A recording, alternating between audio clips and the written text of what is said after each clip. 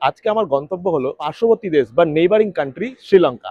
শ্রীলঙ্কা কিন্তু Indian passport হোল্ডারদের জন্য বা আমাদের জন্য ভিসা ফ্রি হলেও আমাদেরকে কিন্তু শ্রীলঙ্কা যাওয়ার জন্য অ্যাপ্লাই করতে হয় ইটিএ। মাত্র 30 মিনিট, 12টা বেজে 32 মিনিটে আমার কাছে ইটিএর অ্যাপ্রুভালও চলে এসেছে। শ্রীলঙ্কা যাওয়ার জন্য ইন্ডিয়ার মধ্যে কেবলমাত্র চেন্নাই, ব্যাঙ্গালোর, মুম্বাই এবং দিল্লি এই 4টে জায়গা থেকেই ডিরেক্ট ফ্লাইট পাওয়া যায়। শ্রীলঙ্কার কারেন্সিকে বলা হয় শ্রীলঙ্কান রুপি। তো নাও অফিসিয়ালি আমি বলতে পারি যে ওয়েলকাম টু শ্রীলঙ্কা।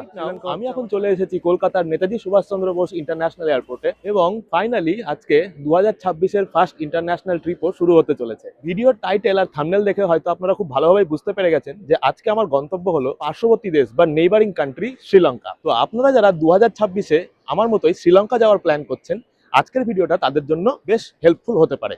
তো ভিডিওটা শেষ অবধি দেখতে থাকুন। প্রথমেই বলে রাখি, শ্রীলঙ্কা কিন্তু ইন্ডিয়ান পাসপোর্ট হোল্ডারদের জন্য বা আমাদের জন্য ভিসা ফ্রি। তবে এখানে একটা ব্যাপার রয়েছে, সেটা হলো ভিসা ফ্রি হলেও আমাদেরকে কিন্তু শ্রীলঙ্কা যাওয়ার জন্য অ্যাপ্লাই করতে হয় ইটিএ। ইটিএ হচ্ছে ইলেকট্রনিক ট্রাভেল অথরাইজেশন। তো ইটিএর জন্য আমাদেরকে যে ওয়েবসাইটে যেতে হবে সেটা হলো শ্রীলঙ্কা ট্যুরিজমের গভর্নমেন্ট ওয়েবসাইট eta.gov.lk। এইটা থেকে আপনারা ইটিএ অ্যাপ্লাই করবেন। ভিসা ফ্রি, ইটি এর জন্য কোনো রকম টাকা পয়সা কিছু দিতে হয় না। জাস্ট পাসপোর্ট দেখে ঠিকঠাক ভাবে সব ফর্মটা ফিল আপ করবেন, তাহলেই ইটিএ কমপ্লিট। ভেরি ইজি, আমি নিজেই করেছিলাম, কোনো এজেন্ট বা কিচ্ছু লাগবে না, আপনিও পারবেন। তাও যদি কোথাও কোনো রকম অসুবিধা হয় অবশ্যই কমেন্টে আমাকে জানাবেন, আমি চেষ্টা করবো আপনাদেরকে হেল্প করে দেওয়ার। এবার বলে রাখি, শ্রীলঙ্কার এই ইটিএ বা ইলেকট্রনিক ট্রাভেল অথরাইজেশন এটা পাওয়া এতটাই ইজি। আমি 12টা বেজে 3 মিনিটে দুপুরবেলায় অ্যাপ্লাই করেছিলাম ওয়ার্কিং ডেজে। ফার্স্টে আপনার কাছে একটা অ্যাকনলেজমেন্ট মেল আসে অ্যান্ড তার ঠিক 30 মিনিটের মধ্যে, মাত্র 30 মিনিট, 12টা বেজে 32 মিনিটে আমার কাছে ইটিএর অ্যাপ্রুভালও চলে এসেছে। এবার বলে রাখি, শ্রীলঙ্কা কিন্তু আমাদের জন্য 30 দিনের জন্য ভিসা ফ্রি, ঠিক আছে? তবে ইটিএ যেদিন অ্যাপ্রুভ হবে সেই দিন থেকে শুরু করে 6 মাস এই ইটিএটার মেয়াদ থাকে।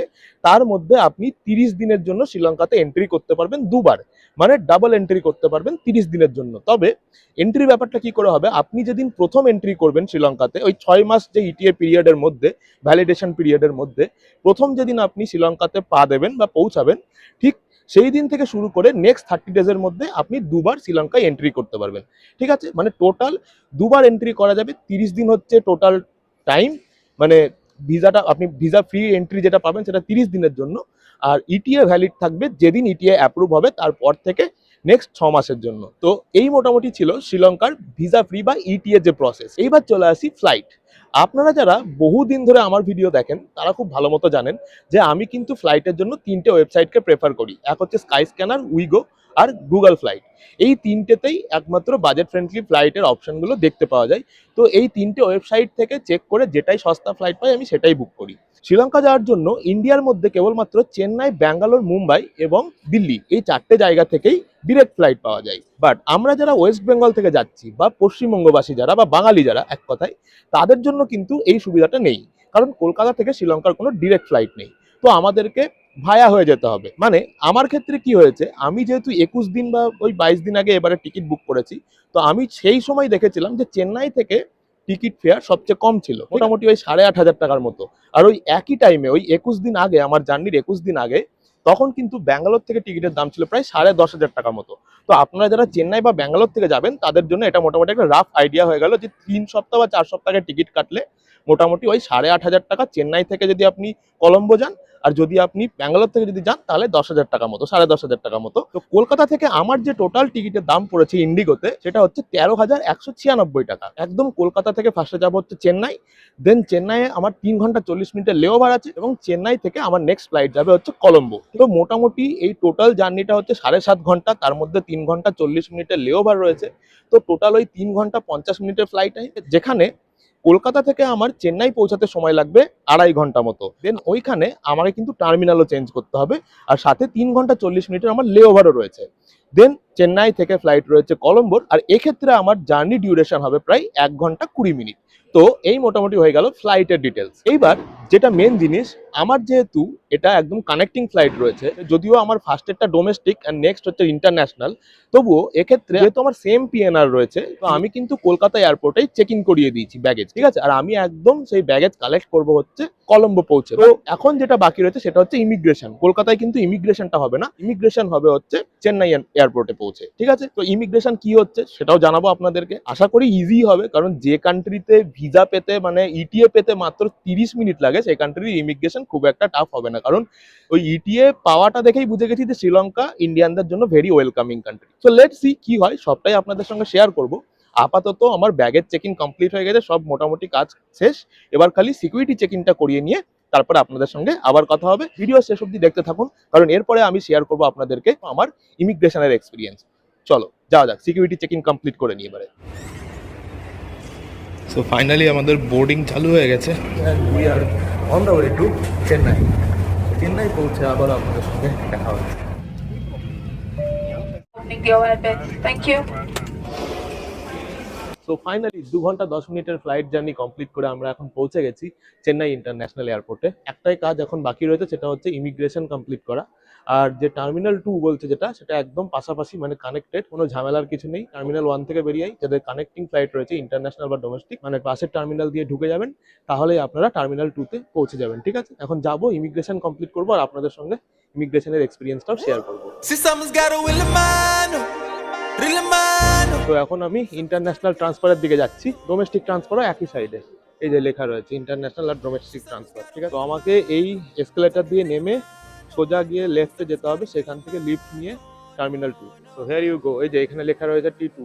সো এই যে চলে এসেছি, একদম লাস্টে হচ্ছে T2 এর যাওয়ার লিফট।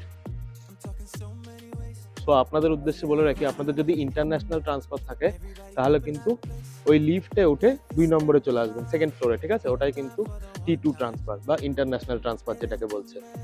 তো আমাকে এখন এই লেফট সাইডে যেতে হবে, কারণ এখানে হচ্ছে ইমিগ্রেশন অফিস। ইমিগ্রেশনটাকে কমপ্লিট করে নেওয়া যাক, তারপরে আমরা সিকিউরিটি চেকিংও করে নেবো। চলো। ফাইনালি ইমিগ্রেশন এবং সিকিউরিটি চেকিং বোথ কমপ্লিট হয়ে গেছে। ইমিগ্রেশন ভেরি স্মুথ, কিছুই জিজ্ঞেস করছে না। যেমন আমাকে জাস্ট জিজ্ঞাসা করলো যে কেন যাচ্ছি শ্রীলঙ্কা, তো আমি বললাম ট্যুরিস্ট ট্রাভেলিং এর জন্য যাচ্ছি। আর সাথে আমাকে জিজ্ঞাসা করলো যে আপনি বাই প্রফেশন কি করেন, তো আমি সেটাতেও বললাম যে আইটি প্রফেশনে রয়েছি। তো আপনার যা প্রফেশন থাকবে বলে দেবেন, কোনো সমস্যা নেই। সাথে সাথে আমাকে স্ট্যাম্প দিয়ে দিলে, এমনকি ইটিএও দেখতে চাইনি, তবে ইটিএ কিন্তু ম্যান্ডেটারি, অবশ্যই সাথে রাখবেন। ঠিক আছে, চেক করতে পারে, কারণ ইটিএ না হলে আপনি শ্রীলঙ্কাতে এন্ট্রি করতে পারবেন না। তো ইটিএ আমার কাছে চাইনি, আমি দেখিয়েছিলাম, তা দেখতে চাইলো না।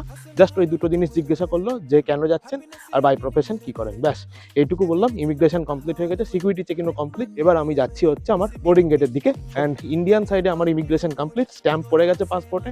আর এরপরে যখন আমি কলম্বো গিয়ে পৌঁছাবো, তখন আমার পাসপোর্টে এন্ট্রি স্ট্যাম্পও লেগে যাবে এবং ফাইনালি কলম্বোতে এন্ট্রিও হয়ে যাবে আমার। তো লেটস সি কখন কি হয়, আপনাদেরকে জানাচ্ছি। ভিডিও শেষ অবধি দেখতে থাকুন। তো ইমিগ্রেশন আর সিকিউরিটি চেকিং সবকিছু কমপ্লিট হয়ে যাওয়ার পরে যে প্রশ্নটা আপনাদের মাথায় আসবে, সেটা হচ্ছে মানি এক্সচেঞ্জ বা কারেন্সি এক্সচেঞ্জ। শ্রীলঙ্কার কারেন্সিকে বলা হয় শ্রীলঙ্কান রুপি। অ্যান্ড আজকের দিনে দাঁড়িয়ে, মানে আজকে হচ্ছে 31 জানুয়ারি 2026, আজকের দিনে দাঁড়িয়ে 1 আইএনআর মানে ইন্ডিয়ান রুপি ইকুয়াল টু হচ্ছে 3.40 এসএলআর বা শ্রীলঙ্কান রুপি। ঠিক আছে, আর ডলারের হিসেবে যদি দেখতে চান তাহলে হচ্ছে 1 ইউএস ডলার হচ্ছে 311.65 বা 311.65 শ্রীলঙ্কান রুপি। তো আমি যেহেতু প্রত্যেকবারই আমি ডলার ক্যারি করি, তো এইবারও আমি ডলারই ক্যারি করেছি। $200 আমি সাথে ক্যারি করেছি। শ্রীলঙ্কায় গিয়ে আমি ওটাকে কনভার্ট করিয়ে নেব শ্রীলঙ্কান রুপিতে। ইন্ডিয়ান কারেন্সি নিয়ে গেলে কিন্তু কনভার্ট করাটা একটু মুশকিল, রেট ভালো পাবেন না। তাই ডলার বা ইউরো এটাই লোকে সাজেশন দেয়, ডলারটা নিয়ে যাওয়াই বেটার। আমি জানি অনেকেই হয়তো বলবেন যে ডলার বার নিলে হচ্ছে ইন্ডিয়াতে একবার কনভার্সন চার্জ লাগবে, আবার এখানেও লাগবে, বাট স্টিল ডলার কিন্তু হায়ার সাইডেই থাকে সবসময়। এক্সচেঞ্জ করলে মোটামুটি ভালো রেট পাওয়া যায়। যদিও আপনাদের উদ্দেশ্যে বলে রাখি, গুগলে যে রেটটা দেওয়া রয়েছে সেটা কিন্তু কখনোই পাওয়া যায় না, বাট স্টিল শ্রীলঙ্কা পৌঁছে খুব ভালোভাবে বুঝতে পারবো যে এয়ারপোর্টে কোন রেটে আমি ডলার কনভার্ট করতে পারছি, তখন আপনাদেরকে এক্স্যাক্ট রেটটা বলে দেবো। কিন্তু গুগল রেট অনুযায়ী আজকের দিনে 1 ইউএসডি হচ্ছে 311.65 শ্রীলঙ্কান রুপি, আর 1 আইএনআর হচ্ছে 3.40 শ্রীলঙ্কান রুপি। এবার আপনারা যখন আসবেন তখন যা থাকবে সেভাবে আপনারা রেট পাবেন। আচ্ছা, তো আপনাদের মনে প্রশ্ন আসতে পারে যে ডলার তাহলে কিভাবে, কোথা থেকে পাবো? অনলাইনে কিন্তু কিছু কিছু ওয়েবসাইট আছে, যেমন হচ্ছে ট্রিপ মানি, ওরিয়েন্ট এক্সচেঞ্জ, মেক মাই ফরেক্স, এগুলো কিন্তু খুব ভালো ওয়েবসাইট অ্যান্ড বিশ্বস্ত ওয়েবসাইট। ওরিয়েন্ট এক্সচেঞ্জটা খুবই ভালো, প্যান ইন্ডিয়াতে এদের অফিস রয়েছে ওরিয়েন্ট এক্সচেঞ্জের। তো ওরিয়েন্ট এক্সচেঞ্জ থেকে আপনারা চোখ বুঝে করিয়ে নিতে পারেন। ট্রিপ মানি আর হচ্ছে মেক মাই ফরেক্স, এগুলোও বেশ ভ্যালিড ওয়েবসাইট আর খুব ভালো আর কি এদের পরিষেবা। তো আপনারা এগুলো থেকেও কনভার্ট করে নিতে পারেন। আমি যেহেতু বহরমপুর থেকে করিয়েছি, আমার বাড়ির কাছেই রানীবাগানে, যারা আপনারা বহরমপুরবাসী তারা জানবেন, ওখানে রয়েছে ডন ইনভেস্টমেন্ট বলে যে কারেন্সি এক্সচেঞ্জের মানে অফিসটা রয়েছে, সেখান থেকে আমি কারেন্সি এক্সচেঞ্জ করাই। তো লাস্ট দুবারও আমি করিয়েছি, এবারও করালাম, মোটামুটি আমি ঠিকঠাক রেটই পাই। ঠিক আছে, যখন ডলার কনভার্ট করাই তখন ছিল হচ্ছে, আমি 7 দিন আগে করিয়েছি, 1 ইউএসডির জন্য আমি পে করেছিলাম 93 আইএনআর। ঠিক আছে, তো ওইভাবে আমি আর কি কনভার্ট করিয়েছি। এবার আপনারা যখন আসবেন তখন যা রেট থাকবে সেভাবে করে নেবেন। অনলাইনে ওই 3টে ওয়েবসাইট আছে, ওরিয়েন্ট এক্সচেঞ্জ, রিপ মানি আর হচ্ছে মেক মাই ফরেক্স, এগুলোর যে কোনোটা থেকে আপনারা কারেন্সি কনভার্ট করে নিতে পারেন, যেটা আপনার সুবিধা হবে। ডলারটা ক্যারি করুন, তাহলে আপনাদের সুবিধা হবে শ্রীলঙ্কাতে গিয়ে কনভার্ট করানোর জন্য, রেটটাও ভালো পাবেন। তবে শ্রীলঙ্কা পৌঁছে কলম্বো এয়ারপোর্টে যখন আমি কনভার্ট করাবো, তখন এক্স্যাক্ট রেটটা আপনাদেরকে বলে দিতে পারবো, তাহলে করে আপনাদের একটা আইডিয়া চলে আসবে মাথায়। আর আমি এই পুরো ট্রিপে মানে কার্ড দিয়েও মানি উইথড্র করবো, কারণ আমি কার্ডে ইন্টারন্যাশনাল ট্রানজাকশন অন করে এসেছি বাড়ি থেকে, ডেবিট কার্ড, ক্রেডিট কার্ডে। তো সেগুলোতেও কতটা কনভার্সন চার্জ কাটছে সেটাও আপনাদেরকে জানিয়ে দেবো, যাতে করে আপনারা যখন আসবেন তখন আপনারা সব রকম ভাবেই মানি উইথড্র করতে পারেন, মানে ডেবিট কার্ড, ক্রেডিট কার্ড বা ডলার কনভার্সন যে কোনো ভাবে। আমি জানিয়ে দেবো, ভিডিওটা শেষ অবধি দেখতে থাকুন।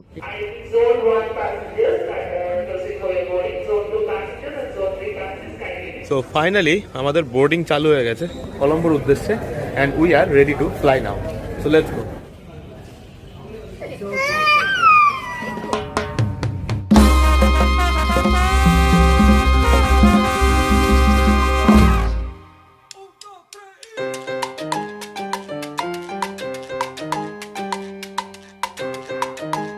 সো ফাইনালি আমরা কলম্বো এয়ারপোর্টে ল্যান্ড করে গেছি। এখন যেটা কাজ হচ্ছে ইমিগ্রেশন কমপ্লিট করা।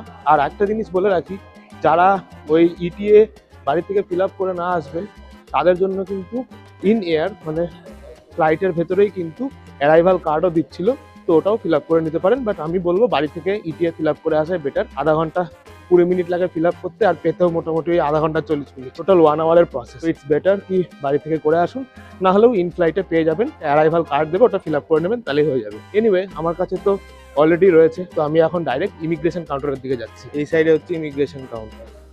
তো ইমিগ্রেশন কমপ্লিট হয়ে গেল, জাস্ট 2 মিনিট লাগে। এখানেও সেম প্রসেস, পাসপোর্ট দেবেন, জাস্ট জিজ্ঞেস করছে যে কি পারপাস, ট্যুরিস্ট বলে দিলাম। আমার কাছে ইটিএও দেখতে চাইনি, বাট ইটিএটা রাখা বেটার, অ্যান্ড আমাকে ওয়েলকাম করে দিয়েছে। তো নাও অফিসিয়ালি আমি বলতে পারি যে ওয়েলকাম টু শ্রীলঙ্কা। শ্রীলঙ্কা হচ্ছে আমার কান্ট্রি নাম্বার 5। এবার চলুন প্যাকেজ ক্লেমে যাই, ব্যাগটা নিয়ে নিতে হবে, দেন কারেন্সি এক্সচেঞ্জ করব। কাস্টমস থেকে ঠিক বেরিয়ে এসেই দেখতে পাবেন এই বাইরে এখানে কারেন্সি এক্সচেঞ্জের কাউন্টার রয়েছে, আর ট্যুরিস্ট সিমের কাউন্টারও রয়েছে, তো এখান থেকেই নিয়ে নিতে পারবেন। পাশে এটিএমও আছে, কেমন, এই যে এই সাইডে এটিএমও রয়েছে। তো অনেক অপশনস রয়েছে এখানে মানি এক্সচেঞ্জ করার। এই যে এটিএমও অ্যাভেলেবেল এখানে, কিন্তু bank of Ceylon, People's bank, Thomas Cook, commercial bank, আরও অনেক রকম এই 4-5টা তো রয়েছে আর কি কারেন্সি এক্সচেঞ্জ কাউন্টার, যেটাই খুশি করতে পারেন। সব কটাই কিন্তু রেট সেমই আছে আজকের দিনে। রেট কিন্তু $1 হচ্ছে 311.65 শ্রীলঙ্কান রুপিস, বাট এখানে কিন্তু আমি পেলাম এয়ারপোর্টে 305.95। তো ওই মোটামুটি মানে 5-6 শ্রীলঙ্কান রুপিস মতো কাটছে, যেটা বেয়ার মিনিমাম, ঠিকই আছে। আর এয়ারপোর্টে একটু বেশি চার্জ লাগে, তো আপনারা বাইরেও করাতে পারেন, বাট আমি আর ঝামেলার মধ্যে যাচ্ছি না। $200 ছিল, এখানে কনভার্ট করিয়ে নিয়েছি, 62,000 শ্রীলঙ্কান রুপি পেয়েছি। এই যে জায়গাটা দেখে রাখুন, কাস্টমস থেকে বেরিয়ে এসে এই জায়গাতেই সব রকম কারেন্সি এক্সচেঞ্জের কাউন্টার রয়েছে। আর ইন্ডিয়ান কারেন্সিও এখানে কনভার্ট করাতে পারবেন। 1 INR হচ্ছে 3.11 শ্রীলঙ্কান রুপিস, যেটা কিন্তু গুগল রেট 3.4 এর থেকে একটু কম। ঠিক আছে, জানিয়ে রাখলাম, আপনাদের যেটা সুবিধা হবে করিয়ে নিতে পারবেন। এই কারেন্সি এক্সচেঞ্জ কাউন্টারের একদম পাশেই কিন্তু রয়েছে সব রকম ট্যুরিস্ট সিমের কাউন্টার, তো এখান থেকে ট্যুরিস্ট সিমও নিয়ে নিতে পারবেন। ডায়ালগটাই নেবো হয়তো, কারণ ডায়ালগ শুনেছি ওটা শ্রীলঙ্কাতে খুব ভালো নেটওয়ার্ক প্রোভাইডার। তো লেটস সি কি প্যাকেজ আছে। আমি তো যখন ফ্লাইট থেকে ল্যান্ড করলাম তখন দেখছিলাম ওখানে একটা ব্যানার দেওয়া ছিল, মিনিমাম $5 থেকে শুরু হয় প্ল্যান। দেখা যাক কি হচ্ছে, আপনাদেরকে জানাচ্ছি পুরোটাই। ঠিক আছে, একটা জিনিস আপনাদেরকে এখনই বলে দিচ্ছি, ডায়ালগের কিউটা জাস্ট দেখুন, আর বাকি সিম কাউন্টারের কিউটা দেখুন। ঠিক আছে, বুঝতেই পাচ্ছেন যে এখানে আসলে কোন সিমটা নিতে হবে। অবশ্যই ডায়ালগের সিমটাই নেবেন, কারণ ডায়ালগ 5Gটা পুরো শ্রীলঙ্কার নাম্বার 1 নেটওয়ার্ক প্রোভাইডার। তো এখানে ভালোই ভিড় আছে, দেখেই বোঝা যাচ্ছে।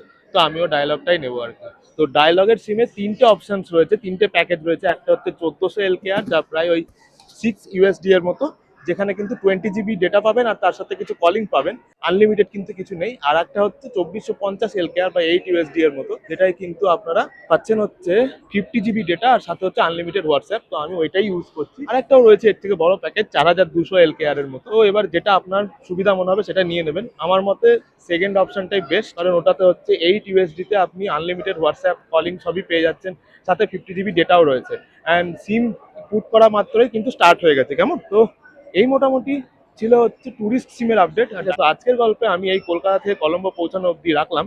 দেখা হবে আপনার সঙ্গে নেক্সট এপিসোডে। যে নেক্সট পর্বে আমরা এখান থেকে যাবো হচ্ছে কলম্বো সিটি সেন্টার, বা যেখানে আমার হস্টেল আর কি।